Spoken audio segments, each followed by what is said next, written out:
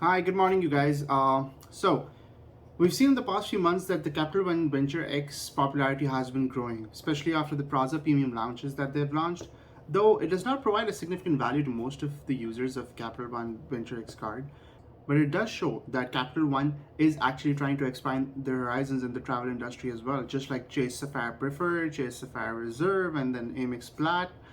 They are trying to compete with those big guns. Today, we will be briefly touching upon the Capital One travel portal, the look and feel of it, how to use it, how to book flights, how to book hotels. We will do a quick search.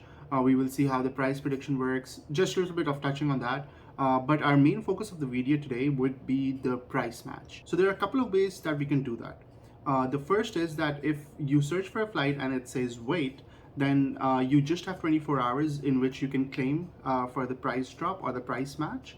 However, if you book at a price that is good or fair and there's a price drop within the next 10 days, I believe, then you can claim that refund amount. So there are two factors to that. There's one that is price drop protection, and then there's one that's price match. Price match just works for 24 hours. Price drop is for 10 days. From what I've seen, what I've learned, that those are the timelines that we can see. So my booking is basically that I'm traveling from Washington to Las Vegas. I want to travel on the 14th and 15th. I was trying to look at Frontier earlier. I'm budget traveler. I just need backpacking. So and 14th, 15th in Las Vegas is Hookah Expo. If any one of you is going, please tag me in. Please let me know. We will definitely meet up. So there's a Hookah Expo in Vegas on the 14th and 15th. This would be my first. I'm really looking forward to it. And as you can tell, I have booked my flight. So I wanted to see the options that I was seeing. I was tracking the flights on Google Flights for one day before and after that. But what I realized was that even the Capital One travel portal was giving me almost the same price. There was a little bit of difference, but I took a leap of faith and I booked the flight. So let's go on at this screen. I'll do some recording. I will show you the things that I clicked, the things that I went through, what I did, what was the conversation on the call, and then you will see what was the outcome of that. So let's get right into it. Okay, guys, so what we'll be doing is we'll just see the travel portal as to how it looks. It is powered by Hopper. I have used Hopper in the past for my bookings, and I think it's a pretty decent, I would say, agency that books that helps booking these things, right? So it says powered by Hopper. Here it is. We can search for rental cars, hotels, and flights. And once we go into the searching area, I will show you how the other things can work or could work.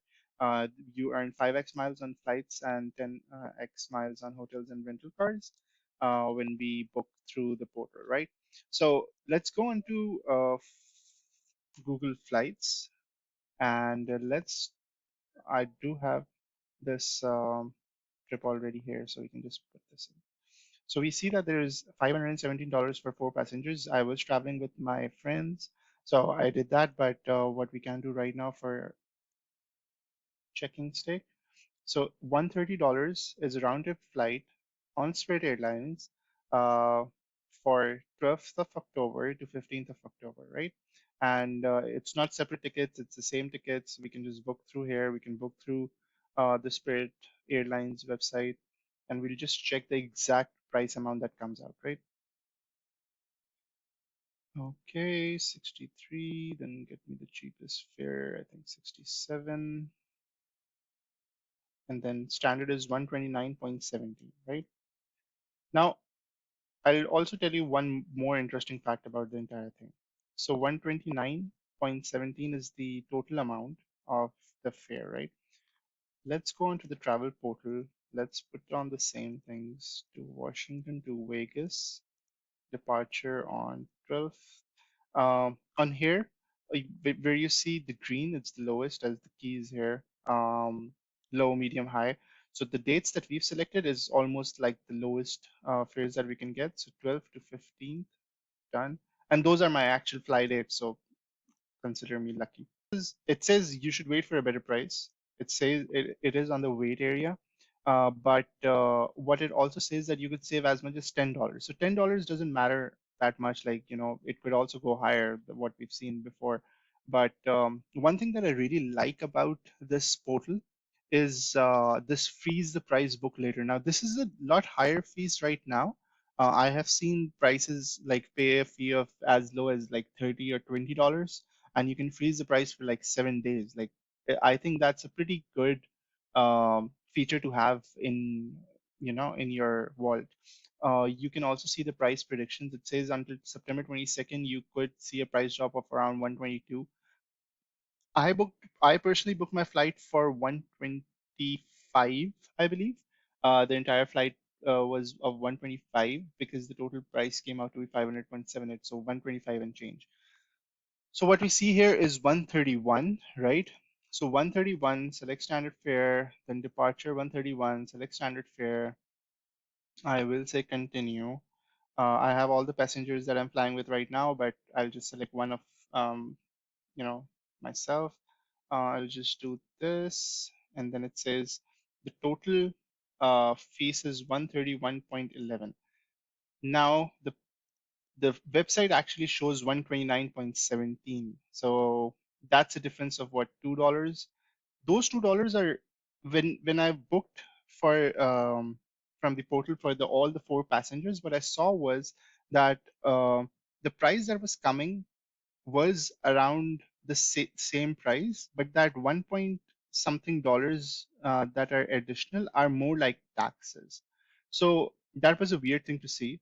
And I'll tell you what I had a conversation with. So this is the entire itinerary. I can just select myself. I can put in all of those things, that information. Choose. I wouldn't choose seat. I would skip seats. I would just select the card and I will just confirm and book. So actually, I can just say save and continue. So one more interesting fact. So saving and continuing would actually trigger this uh, checking availability option. So if the flight is not available or if the price has gone high, it will tell me right now. So there are no surprises before I book, or it charged me something else or something like that. So that's not happening. So that's a pretty good thing as well. You know beforehand as to if there are any changes in the pricing. Even it sometimes goes lower. I've read that on Reddit as a data point. So this is confirmed. The price is good. I will say skip seats. I will say no, do not apply my awards. I will select my card and just confirm and book, and I'll be good. So it also says that each year you'll earn up to 300 back on travel. This is a benefit that we all know. So this entire thing is just streamlined. It's pretty easy. I have used a lot of portals. I think this is one of the best portals that I've used, honestly. I have used the Chase Sapphire portal as well. It's pretty decent as well. But things are more structured out here, I would say. And there's a history of who you traveled with, and you can just add them into the booking. Adding them into the booking is as easy. I can add them into the booking from, let me see. So edit traveler information. I can just, let's say, add this guy, right? And the price would go up. I can save and continue. It will again check if there are two seats available, and it would go ahead and do that.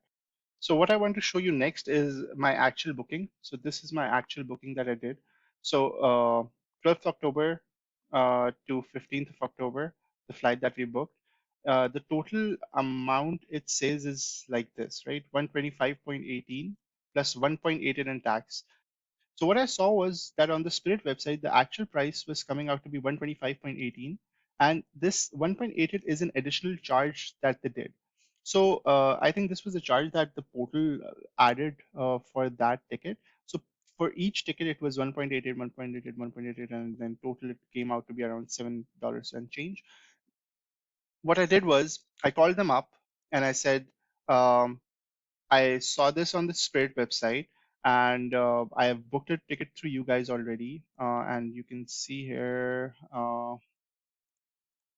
my trips. I told them that my booking has been done, and I'm charged 508.24. But when I checked on the Spirit website, what I see is the price is coming out to be, let's say, 125.18. And he said that, okay, what's the change in the total cost? Then he asked what's the change per ticket cost, and then he said that, okay, I'm submitting a form. And then he said that I'll get a response within 24 hours.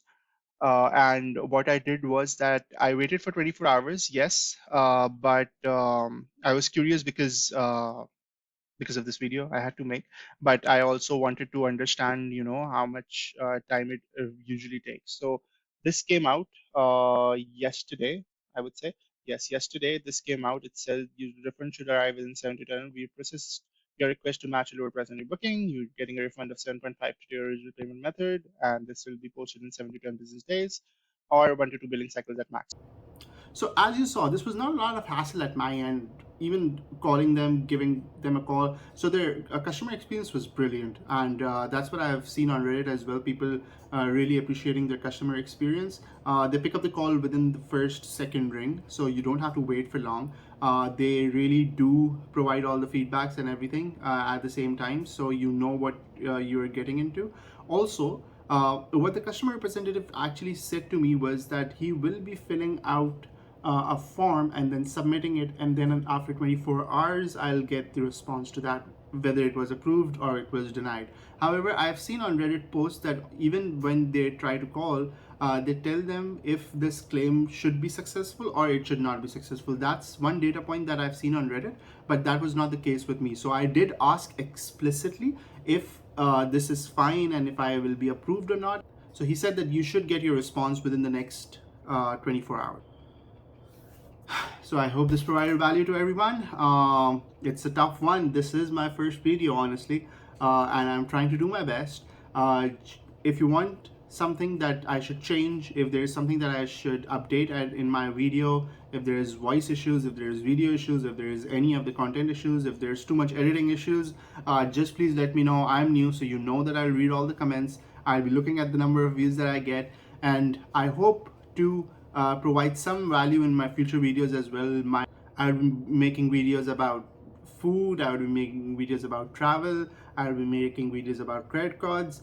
I love personal finance, so I'm so deeply dig into that, how to maximize your credit card points, how to maximize your credit card spending, how to, what are the strategies that you can use to pay off your bills, things that you might not be able to afford at that time, but those emergency expenses do occur, and how to cater for that. So we'll cover all of those things. Please drop down a comment. If you can hit the like, that's fine. If you should subscribe, I'll be grateful. But it's my first video, right? So I wouldn't ask for that. Going on, I would incorporate those things in my videos as well. So looking forward to see you guys in the next videos. Bye bye.